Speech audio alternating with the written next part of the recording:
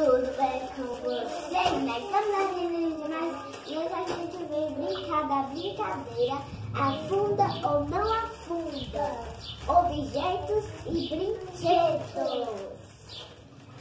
Aqui está a cesta de objetos e brinquedos. Vamos lá! Só colocar aqui.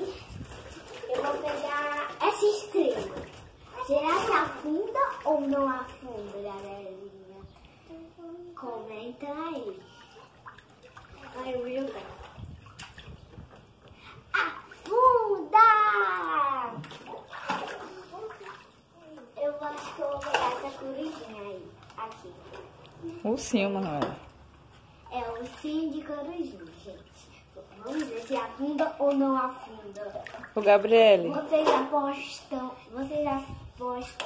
se afunda ou não afunda? O Gabriele, Eu aposto o que teu afunda. pino afundou ou não?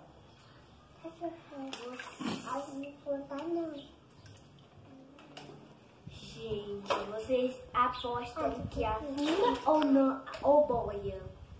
Afunda ou boia, gente? Comentam aí. Eu acho que afunda, gente. Eu vou jogar. Afunda! Eu vou pegar esse daqui. Esse perfume, gente. Vocês acham que afunda ou boia? Eu aposto que boia. Boia!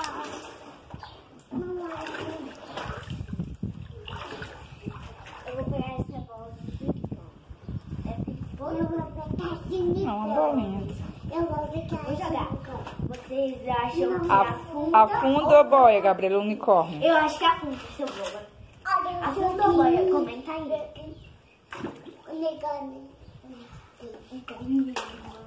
Boia. Quer dizer, afunda. Eu vou pegar.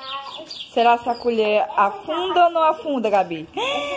Afunda, Gabi, a colher! Eu vou ver se essa capa afunda ou não afunda.